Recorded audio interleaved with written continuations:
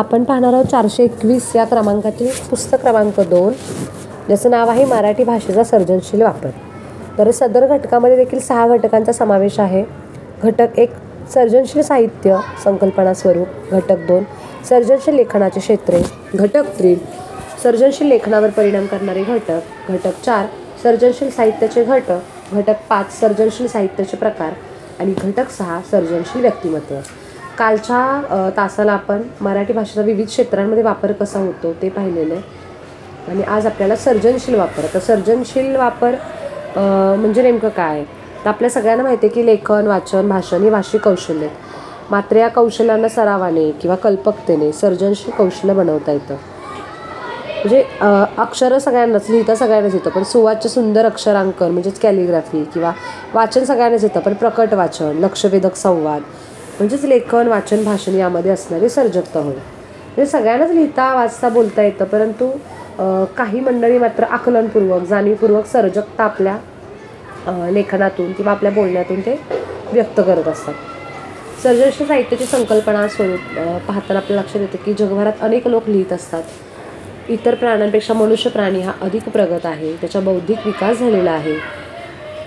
आणि मग एकूणच सृजनशील किंवा सर्जनशील घटक त्याच्याकडे आपल्याला पाहता येतात. आता संस्कृतमध्ये सृजा हा जो धातू आहे, आणि सृजन म्हणजे निर्माण करण्याची शक्ती, सफलता, सुंदरता ही सृष्टीची सृजन शक्ती आहे. सृष्टीत अर्थातच सृजनशीलता असते. म्हणजे भूमीतील बीजाच्या अंकुरणातून होणारा वृक्ष हे सृष्टीच्या सृजनशीलतेचे एक उत्तम उदाहरण आपण म्हणू शकतो. जी गोष्ट आपोआप सहजस्फूर्त आणि जन्मतःच असते त्याबाबत सृजनशील हा एक महत्त्वाचा शब्द आहे. मग भाषिक सर्जनशीलतेचा विचार करताना आपल्याला लक्षात येतं की श्रवण, वाचन, लेखन, संभाषण, आकलन या भाषिक संप्रेषणाच्या कौशल्यामधील महत्त्वाच्या बाबी आहेत. जसं की लेखनामध्ये आपल्याला माहिती आहे समानार्थी शब्द, पर्यायी शब्द, द्व्यर्थी शब्द, म्हणी, वाक्यप्रचार, सुभाषित, सुविचार, व्याख्या, सूत्र या सगळ्यांचा समावेश त्यामध्ये होत असतो. म्हणजे साहजिकच नवनव वस्तूची कल्पकतेने केलेली ही निर्मिती किंवा मांडणी ही फार महत्त्वाची ठरते, आणि ही निर्मितीच सर्जनशील ठरू शकते. नवीन कल्पना, वेगळा दृष्टिकोन, मुक्त अनुभव, आकर्षक मांडणी, मानसिक चिंतन या सगळ्या गोष्टी सर्जनशीलतेमध्ये येत असतात. सर्जनशीलतेचं स्वरूप हे अधिक व्यापक असतं आणि एक विशिष्ट पद्धतीनं म्हणजे आपल्या समाज जीवनाला भाषेनं किती व्यापलेलं आहे, किंवा आपण आपली मतं, विचार, भावना इतरांना भाषेद्वारे सांगत असतो. मात्र आपली संवेदनशीलता ही देखील भाषेद्वारेच व्यक्त होत असते. आणि ही जी आपली सर्जनशीलता आहे किंवा निर्मिती क्षमता आहे, तिला आपण क्रिएटिव्हिटी ही आपण भाषेतून दाखवतो. साहजिकच कमीत कमी शब्दात आपले विचार मांडण्याची ज्यावेळी वेळ येते तेव्हा आपण सर्जकतेने भाषेचा वापर करतो. म्हणजे कमीत कमी पण अर्थपूर्ण असा अर्थ त्या लेखनातून आपला आला पाहिजे तेव्हा आपण विचार करतो. डॉक्टर आनंद पाटील यांच्या सृजनात्मक लेखन या ग्रंथामध्ये त्यांनी सृजन हा सृष्टीचा अंगभूत गुणधर्म आहे हे एक गूढ त्यांनी उकललेलं आहे. लेखन, वैज्ञानिकांचे शोध, कारखानदारीतील यश, शेतातील प्रयोग, अनेक क्षेत्रातील सर्जन क्षमता ही फार महत्त्वाची ठरते. याचं डॉक्टर आनंद पाटील यांनी नमूद देखील केलेलं आहे. आता सृजनशील साहित्याची संकल्पना म्हणजे काय? तर माणूस हा सर्जनशील प्राणी आहे. इतर प्राण्यात माणसाइतकी सर्जनशीलता दिसत नाही. मानवेतर प्राण्यांच्या कृती या ठराविक असतात. या उलट माणूस हा आपल्या प्रत्येक कृतीला वेगळेपण देण्याचा हा प्रयत्न करीत असतो. भाषा ही निर्मिती ही देखील माणसाची एक सर्जनशीलताच आहे. कुंभार मातीतून विविध आकाराची भांडी घडवतो, कलाकृती, खेळणी तयार करत असतो. चित्रकार रंगातून विविध चित्र तयार करतो, त्या चित्रांना तो सजीव करण्याचा प्रयत्न करतो. गायक आपल्या आवाजातून गीताला नाद व ताल प्राप्त करून देतो. शिल्पकार दगडातून नवा आकार देऊन शिल्प घडवतो. अर्थातच ही त्या कलावंताची सर्जनशीलताच असते. शेती करणारा शेतकरी हा देखील सर्जनशीलच प्रयोग आपल्या कामाद्वारे करत असतो. म्हणजे जीवनाच्या बदलत्या स्वरूपामुळे या सर्जनशील लेखनाला महत्त्व प्राप्त झालेलं आहे आपल्याला दिसून येतं. प्रतिभेचा विकास सर्जनशील कल्पनाशक्तीच्या आधारे करता येतो. त्यामुळे आज अगदी बँकेच्या अहवालापासून स्मरणिका ते कथा कादंबऱ्यांच्या लेखनापर्यंत सर्व लेखनात समाविष्ट करून घेणारी संकल्पना ही लेखनातून आपल्याला पाहायला मिळते. भाषेचा परिणामकारक वापर केल्यामुळं काय होतं तर मानवी जीवन हे अभिरुची संपन्न बनतं. त्याला एक व्यवहार मूल्य प्राप्त होतं. उदाहरणार्थ 2 व्यक्ती जेव्हा परस्परांना भेटतात तेव्हा त्या नमस्ते, नमस्कार, हाय, हॅलो, राम राम असे अभिवादनपर शब्द उच्चारतात. त्यातून आदरभाव व्यक्त तर होतोच, पण आपल्या संस्कृतीची, भाषिक परंपरांची ओळख देखील होत असते. आणि साहजिकच संस्कृती संक्रमण आणि अभिव्यक्तीच्या दृष्टीने भाषा हे एक महत्त्वाचे साधन आहे. आपण बोलतो लिहितो तेव्हा एकतेची सर्जक अभिव्यक्तीच करीत असतो. भाषेचा आपण हा जेवढा अचूक वापर करू तितकी ती अभिव्यक्ती ही भावपूर्ण होत असते. मग या ठिकाणी बरेचसे काही उदाहरणं देखील दिलेली आहेत की जेव्हा भाषेचा आपण विविधांगी वापर करतो तेव्हा काव्य, नाटक, कथा असे वाङ्मय, प्रसंगी, म्हणी, उखाणे, वाक्यप्रचार निर्माण होतात. भाषेचा सौंदर्यपूर्ण आणि परिणामकारक वापर या ठिकाणी भाषिक सर्जनशीलतेमध्ये होत असतो. ग. दि. माडगूळकर यांचे एक गीत आहे जगाच्या पाठीवर. त्याच्यामध्ये बाई मी विकत घेतला श्याम हे जे गीत आहे त्यात एक अंध मुलगी ढकलगाडीवर मातीने बनवलेल्या देवाच्या मूर्ती विकते. मूर्ती विकताना ती गीत गात असते. नाही खर्चिली कवडी दमडी नाही वेचला दाम बाई मी विकत घेतला श्याम. या गीतात ती पुढील ओळ बोलत असते. त्याचा भावार्थ असा आहे की या मुलीने कवडी दमडी खर्च न करता श्याम कृष्ण कसा विकत घेतला. हिने चोरी केली का लबाडी केली. यावर प्रश्नावर त्या मुलीचं उत्तर असतं कुणी म्हणे ही असेल चोरी कुणा वाटते असे उधारी जन्मभरीच्या श्वासा इतके मोजेले हरिनाम बाई मी विकत घेतला श्याम. इथे त्या मुलीने कवडी दमडी खर्च न करता श्याम आपला केलेला आहे, कारण तिनं जन्मभर जितके श्वास घेतले तेवढ्या वेळा तिने हरीचं नाम घेतलेलं आहे. म्हणजे त्याचा मोबदला म्हणून तो हरी तिच्या मालकीचा झाला आहे अशी कल्पना ग. दि. माडगूळकर यांनी आपल्या गीतातून व्यक्त केलेली आहे. हे काय तर ही एक भाषिक सर्जनशील साहित्य किंवा त्यातील एक महत्त्वाचा आविष्कारच होय असं म्हणू शकतो आपण. भाषेतील सर्जन म्हणजे प्रतिभा, कौशल्य, उपयोजन याने प्राप्त झालेली भाषिक कृती होय. एखादा कवी लेखन लिहितो तेव्हा ते त्या शब्दातील भाषिक सर्जन असते. भाषा तीच असते. मात्र जेव्हा ज्ञानेश्वर, नामदेव, तुकाराम अथवा बालकवी गोविंदाग्रज, कुसुमाग्रज, भालचंद्र आणि माडे, व्यंकटेश माडगूळकर लिहितात तेव्हा त्याच भाषेला नवे रूप प्राप्त होते. ते सर्जनशील साहित्य असते. भाषेचे ते नवसर्जन असते. मग इथे पुशिरेग यांच्या कवितेचं काही कवितेतली ओळी दिलेल्या आहेत की आभाळ निळे तो हरी ती एक चांदणी राधा बावरी विस्तीर्ण भुई गोविंद क्षेत्रसाळीचे राधा संसिद्ध जलवाहिनी निश्चल कृष्ण वन झुकले काठी राधा विप्रश्न. या 3 ओळीमध्ये आपल्याला अनुक्रमे मनबाधा, प्रियवंदा, चिरतंद्रा असे शब्द राधाकृष्ण यांना उद्देशून आलेले दिसतात. संत तुकारामांच्या पण ओळी इथं काही दिलेल्या आहेत. त्यांच्या अभंगाचा अनुवाद या ठिकाणी झालेला दिसून येतो. सर्जनशील लेखनामागे मुख्यतः नवनिर्मितीवर भर असतो. तेथे भाषिक कौशल्याच्या आधारे कवी व लिहिणारा आपल्या मनातील कल्पना कागदावर उतरवित असतो आणि अशा लेखनात अर्थातच व्यक्तिगतता असते. ते उत्स्फूर्त आणि स्वयंपूर्ण असं लेखन असतं. कथनाचा जर विचार केला तर कथन प्रारंभ, उत्कट मध्य, एकात्म शेवट आणि सर्वांमधील स्वगत संवाद या गोष्टींना सर्जनशील लेखनात अत्यंत महत्त्व आहे. आरंभ, मध्य, शेवट हे अगोदरच मनात ठरवावे लागतात. काही वेळा आपल्या मनातील कल्पनांना, अर्थांना आकार प्राप्त करून येणारे प्रारंभीचे शब्दच सापडत नाहीत. अगदी अनुभवी लेखकालाही लेखनाला प्रारंभ कसा करावा हा प्रश्न पडलेला असतो. पहिलं वाक्य, पहिला शब्द, सुरुवात या गोष्टी महत्त्वाच्या ठरतात. यासाठी एक इथं उदाहरण दिलेले की मनमुक्त मोर असा मी एकाकी झुरतो घनतमाच्या त्या अवकाशी पुन्हा पुन्हा रमतो श्याम शीतल अंधाराला असा छळतो मोरपंखी रंगतनुचा गंध मी उधळतो. या ठिकाणी मनमुक्त, मनमोर, मुक्त मी, मुक्त मोर इत्यादी प्रारंभ कसा आहे किंवा सुरुवात कशी झालेली हे या ठिकाणी महत्त्वाचं सर्जनशीलता आपल्याला दिसून येते. आरंभ, प्रारंभ वेगवेगळ्या वाङ्मय प्रकारात वेगवेगळे असतात. एखाद्या दैनंदिनीचा प्रारंभ वेगळा असेल. नाटक, कथा, कविता, कादंबरी, लोककथा यांचा प्रारंभ हा वेगळा असू शकतो. अनेकदा निर्मिती प्रक्रियेमध्ये पण या गोष्टींना फार महत्त्व असतं की एखादं लेखक आपणास लेखन कसं सुचलं, का सुचलं, कल्पनेनं कोणता आकार घेतला, प्रारंभीचे शब्द कसे जुळले, कुणासाठी लिहिले यासंबंधी लिहित असतो. म्हणजे आत्मनिष्ठता त्या ठिकाणी आपल्याला दिसून येते. आनंद यादव यांनी झोंबीविषयी केलेलं लेखन देखील तितकंच महत्त्वाचं आहे. त्यानंतर व्यंकटेश माडगूळकर यांच्या करुणाष्टक कादंबरीतही असंच म्हणता येईल. इथे काही उदाहरणं पण दिलेली त्या कादंबरीतील काही ओळी जशाच्या तशा दिलेल्या आपल्याला पाहायला मिळतात.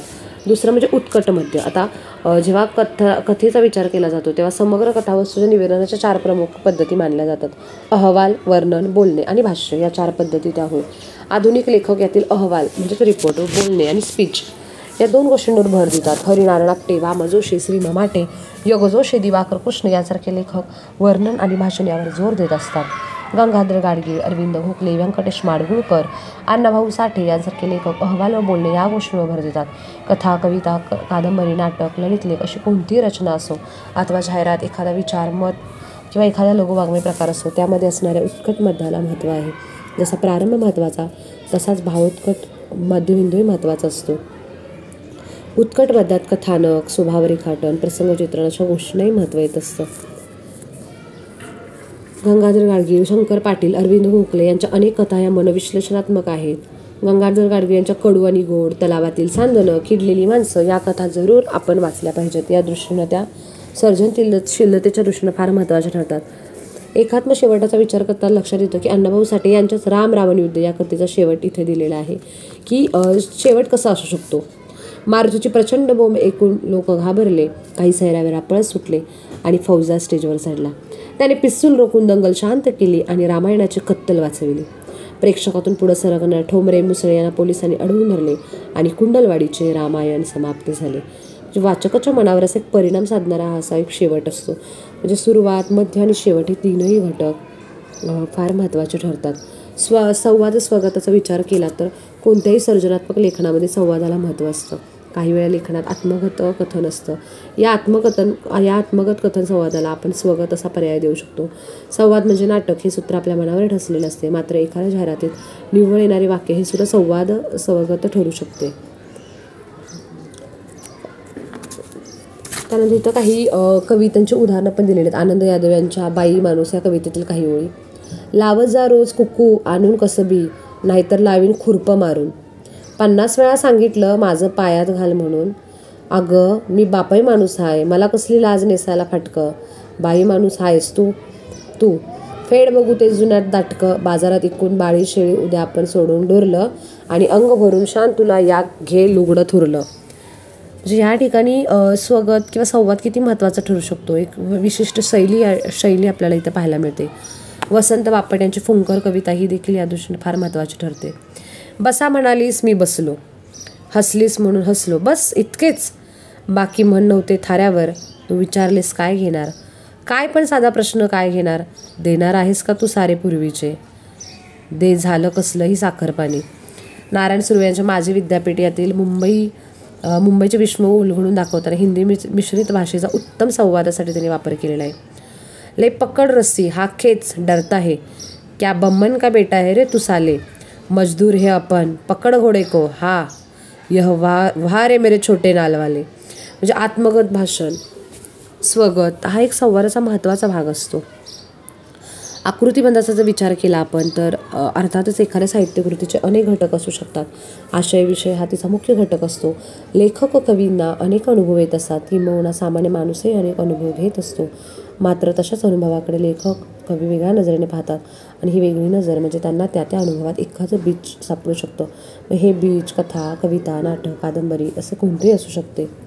वि स खांडेकर यांनी डावा हात या विषयावर सुरेख ललित निबंध लिहिलेला आपल्याला पाहायला मिळतो. अर्थातच जेव्हा आशय विषय अथवा अनुभव कुठलंही रूप घेईल ते अर्थातच लेखकावर अवलंबून असतं, आणि त्या अनुभवाची आकृती म्हणजे कथा, कविता, नाटक, कादंबरी, निबंध, खंडकाव्य असं काही असू शकतं. एखादा अनुभव कथा, कविता, नाटक असा आकार घेतल्यावर त्याचा एक विशिष्ट प्रवास होऊ शकतो. व्यंकटेश माडगूळकर यांच्या सर्व्हिस मोटार या कथेचे रूपांतर तू वेडा कुंभार या नाटकात झाले होते, तर आनंद यादव यांच्या इंजन कथेचे रूपांतर गोतावळ्या कादंबरी झालेलं आपल्याला पाहायला मिळतं. म्हणजे कोणत्याही साहित्यकृतीमध्ये जीवनभाष्य हे येतच असते. त्या सूचकता, वैचारिकता, भावनिकता असते. त्यामुळे प्रत्येक कृती जीवनभाष्य करत असते. एखादी लोकप्रिय कलाकृती ज्याच्यामध्ये बाबा कदम यांच्या अनेक कादंबऱ्यांचा उल्लेख करता येईल, किंवा एखादी गंभीर कलाकृती ज्यामध्ये भालचंद्र नेमाडे यांच्या सर्व कादंबऱ्या यामध्ये येतात. जीवनाबद्दल काहीतरी सांगत असतात. लोक, वाचक, रसिक त्या वाचतात. याचे कारण म्हणजे काय, तर त्यात मानवी जीवनातील नातेसंबंध, नात्यांची गुंतागुंत, भावना, विचार यांचा परस्पर विरोध, जीवनातील छोट्या छोट्या घटनांबद्दलची सूचक मते, आशयातील अर्थघनता अशा अनेक गोष्टी सापडत असतात. जीवन हे असे आहे असे सत्य त्यांना गवसते. कुणाची तरी काळजी केल्याविना स्त्रीला चैन पडत नाही. लहानपणी भावलीची, तारुण्यात नवऱ्याची आणि उतरवयात मुलांची.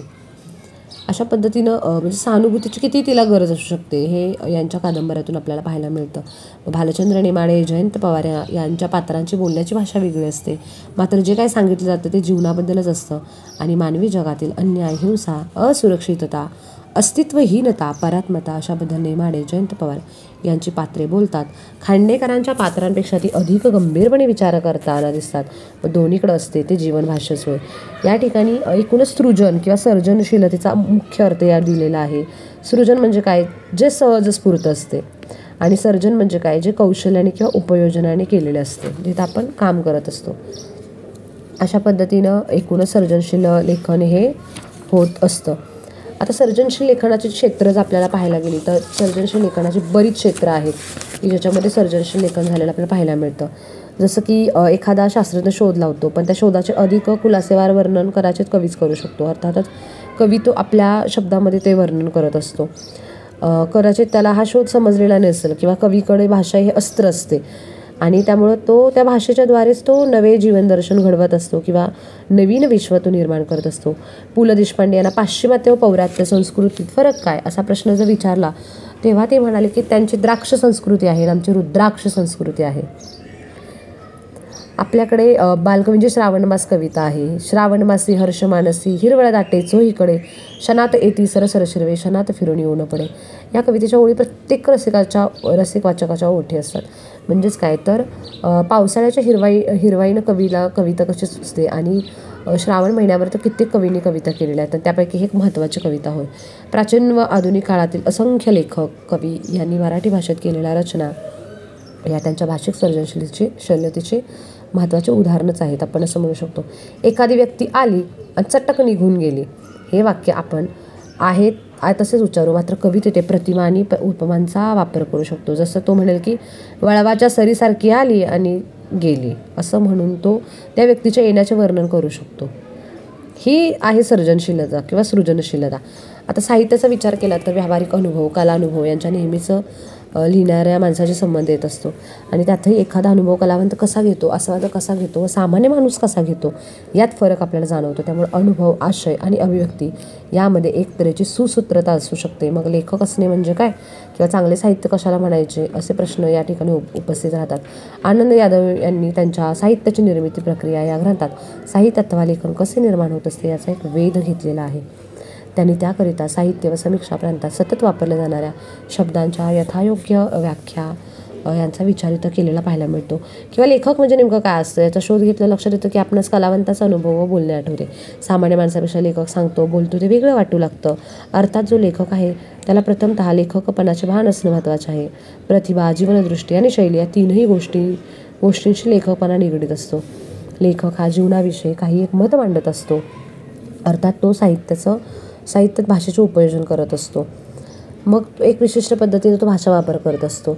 माणसाला प्राण्याप्रमाणे स्वसंरक्षण व वंशसंवर्धन अशा गरजा आहेत आणि यापेक्षा अधिक गरजा देखील आहेत आणि त्याला आपल्या संदेशात जवळच्या अथवा दूरच्या एक अथवा अनेक नजीकच्या काळातील अथवा पुढील काळातील अनेक व्यक्तींना तो द्यावयाचा असतो. प्रसंगी त्याला स्वतःशी संवाद साधावायचा असतो.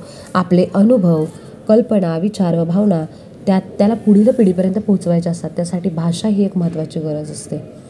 आता एक क्षेत्राचा जर विचार करून घेतला तर पहिलं तर कविता.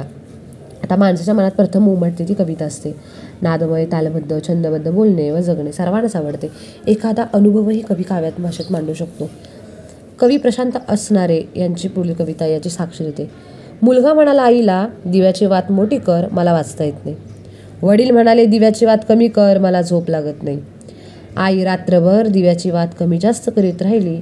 आयुष्यभर दोघांमध्ये वातीसारखी जळत राहिली. म्हणजे अनुभवांना काव्यात्मक रूप देण्याचं जे कौशल्य ते कवीकडे असतं.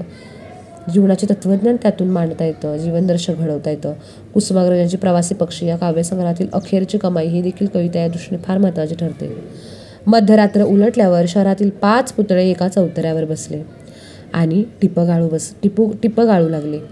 ज्योतिबा म्हणाले, शेवटी मी झालो फक्त माळ्यांचा. शिवाजीराजे म्हणाले, मी फक्त मराठ्यांचा. आंबेडकर म्हणाले, मी फक्त बौद्धांचा. टिळक उद्गारले, मी तर फक्त चित्पावन ब्राह्मणांचा. गांधींनी गळ्यातला घैवर आवरला आणि ते म्हणाले, तरी तुम्ही भाग्यवान, एक जात जमात तरी तुमच्या पाठीशी आहे. माझ्या पाठीशी मात्र फक्त सरकारी कचेऱ्यातील भिंती. म्हणजे अशा प्रकारे क्रिएटिव्हिटी लेखनातून मांडता येते. शब्दचित्र, व्यक्तिचित्रांचा जर विचार केला तर लहानपणापासून आपल्या जीवनात अनेक व्यक्तींचे निरीक्षण आपण करत असतो. त्यांचा स्वभाव, शारीरिक हालचाली, लकबी, बोलण्याचे ढब, सवयी, दिसणं या साऱ्यांचा जणू अभ्यास आपण करत असतो. इथे शंकर पाटील, गरी माडगुळकर, आनंद यादव, राजन गवस, दमा मिरासदार यांनी ज्या काही कथा लिहिलेल्या आहेत, व्यंकटेश माडगुळकर यांच्या मानदेशी माणसे या कथा संग्रहातील काही व्यक्तिचित्रांचा भाग इथं दिलेला आहे. रामा दिसायला 4 चौघांसारखा नव्हता. रूपाच्या बाबतीत दैवाने त्याच्यावर गैरमर्जी केली होती. अंगापिंडानं थोराड असून त्याचा रंग अगदी ठार काळा होता. नाक डाव्या बाजूला वाकडं होतं आणि एक डोळा अधू होता. त्याच्या तोंडावरच्या कळेकडं पाहिलं की कुणालाही असं वाटेल की दिलानं भला असलेला माणूस रूपाने गेला आहे. आणि खाण्यापाण्याच्या बाबतीतही त्याची भलती आबाळ झाली आहे. कसल्या ते रंगाचं एक विटकं फडकं त्यानं केवळ सवयीनं डोक्याला गुंडाळलं होतं आणि जागोजागी चिंध्या झालेली एक पैरण अंगात अडकवली होती. खालचं धोतर तर त्याला अगदी तुटकं होतं. पिंढऱ्यावर बुटा एवढ्या शिरा उमटून दिसत होत्या. पायाच्या टाचा भेगाळल्या होत्या. वयानं तो फारसा दिसत नव्हता. मग याचं लगीन झालं की नाही? झालं असतं तर खोपट्यात अस्तुरी दिसली असती, 4 पोरं दिसली असती. राधू याची बहीण दिसते. तिच्या कपाळावरचं कुंकू पुसून गेलं होतं. मग मनात प्रश्न येतो. रामा खाली पाहून चालला होता. काही वेळ गेला आणि त्यानं जाणीव दिली की मैलाचा धोंडा आला बघा. जिथं लक्षात येतं की एक क्रिएटिव्हिटी किंवा सर्जनशीलता लेखक कशा पद्धतीनं आपल्या लेखनातून मांडू शकतो किंवा कसं वर्णन एखाद्या गोष्टीचं करू शकतो. म्हणजे तोटकं धोतर म्हणजे अपुरं असलेलं, चिंध्या असलेली पैरण म्हणजे ती फाटकी नाही आहे पण चिंध्यासारखी आहे. विटकं फडकं म्हणजे मळकं नव्हे. म्हणजे एकंदरीत एक वेगवेगळ्या योग्य शब्दकळा इथं आले आहेत. रामाची बायको, स्त्री, पत्नी असा शब्द लेखक वापरत नाही, तर अस्तुरी हा शब्द त्यासाठी तो योजतो. त्यामुळे ही कथा स्वाभाविकच अर्थातच लोकप्रिय आणि वाचकप्रिय झालेली आपल्याला दिसून येते. म्हणजे साहित्यिकाला शब्दाची जाण कशी असावी लागते याचं एक हे उत्तम उदाहरण आपण म्हणू शकतो. त्यानंतर कथा. आता कथा सांगणे आणि ऐकणं मनुष्याचा धर्मच आहे. गोष्ट, कहाणी, कथा अशा तऱ्हेने या प्रकारची प्रगती झालेली आहे. गप्पा मारता मारता आपण एखादी गोष्ट सांगतो. हळूहळू आपल्या भारतीय समाजात काही गोष्टींचं दैवीकरण होऊन झालेले आहेत. व्रतकथा आहेत आपल्याकडे. मंगळागौर, लक्ष्मी, सत्यनारायण यांच्या कहाण्या आपण ऐकत मोठे झालेले आहोत. आणि त्यामुळं कथा हा एक फार महत्त्वाचा विषय. याच्यामध्ये गंगाधर गाडगीळ, अरविंद गोखले, व्यंकटेश माडगुळकर, पु. बा. भावे आणि शंकर पाटील या 5 कथाकारांचा महत्त्वाचा समावेश आहे, ज्यांनी एक कथाविश्व समृद्ध केलेलं आहे. इथं एका कथेची सुरुवात देखील करून दिलेली आहे की स्त्रियांची घुसमट कशा पद्धतीने होतं हे सांगण्याचं सानिया, मेघना पेटे, प्रज्ञा, दया पवार या लेखिकांनी देखील खूप प्रयत्न केलेला आहे. पहाटेसीला जाग आली, धुंदूक दुसऱ्या उजेडानं उगवतीची चांदणी अजूनही मालवून टाकली नव्हती. उन्हानं करपून टाकलेल्या त्या विस्तीर्ण माळावर विखुरलेल्या दुष्काळी मजुरांच्या खुराडांवर मसनवटीची कवकळ आली होती. ना कुठं काही हालचाल, ना कुणाची जाग. म्हणजे एकंदरीत यामध्ये मनात जगण्याविषयीची चाललेली उलघाल जी आहे ती या ठिकाणी या कथेच्याद्वारे आपल्याला दिसून येते. त्यानंतर कादंबरीचा जर विचार केला तर कथा, कविता यांचा वाङ्मयेंजू छोटा असतो. मात्र कादंबरी समूहाचे चित्रण करते. ती पात्र, प्रसंग यांच्या साहाय्याने जीवनाचा एखादा कोपरा दिग्दर्शित करत असते. कादंबरीत एक व्यापक समूह येतो, समाज येतो, संस्कृती येते, त्यांचं चित्रण येत असतं. एक विशिष्ट जीवनपट आपल्या कवेत घेण्याची ताकद कादंबरीमध्ये असते आणि त्यामुळे कादंबरीची भाषा ही अधिक सर्जनशील होऊ शकते. इथं देखील एक उत्तम असं उदाहरण दिलेलं आहे. स्वामी या ऐतिहासिक कादंबरीतील रणजित देसाई यांची स्वामी ही कादंबरी आहे. त्यानंतर वि. स. खांडेकर यांची ययाती या कादंबरीतील पण एक उतारा आहे. तर 2 उतारे या 2 कादंबऱ्यातील दिलेले आहेत. पाहता पाहता वनव्याप्रमाणे रमाबाईंच्या सहगमनाची वार्ता पसरली. दुःखाला किंचित अवरोध पडून त्याची जागा आश्चर्याने घेतली होती. नाना सारे दुःख घेऊन सतीची व्यवस्था पाहण्यासाठी जातीने उभे ठाकले. वाणे आणली जात होती. रमाबाईंनी वाणे दिली. एव्हाना मध्यान्हीचा सूर्य ढळला होता. माधवरावांच्या बरोबर रमाबाईंचे दर्शन घेण्यास गर्दी होत होती. म्हणजे एकंदरीतच विचार केला जर कुठल्याही कादंबरीचा, जरी त्या ठिकाणी देखील अशी सर्जनशील भाषेचा वापर केलेला आपल्याला पाहायला मिळतो. नाटकातसुद्धा कथाच असते. नाटक ही प्रयोगरूप कला आहे. दृश्य आणि ऐकणं आणि एकाच वेळी पाहणं असे दुहेरी अनुभव आपल्याला नाटकातून येत असतो. कमीत कमी पात्र, घटना, प्रसंग यामुळे नाटक रंगतदार होतं. ते प्रत्यक्ष रंगमंचावर सादर करणाऱ्या नटनटीच्या अभिनयामुळे अधिकच भारदार बनतं. मराठीमध्ये प्र. अत्रे, राम गणेश गडकरी, मो. गरांगणेकर, वसंत कानेटकर, विजय तेंडुलकर, सतीश आळेकर यासारखे महत्त्वाचे लोकप्रिय नाटककार आपल्याकडे होऊन गेलेले आहेत. आणि त्यांची नाटकं ही आजही रसिक मनावर राज्य करताना दिसतात. जसं की प्र. अत्रे यांचं तो मी नव्हेच व वि. शिरवाडकर यांचे नटसम्राट अशी महत्त्वाची 2 नाटकं आहेत.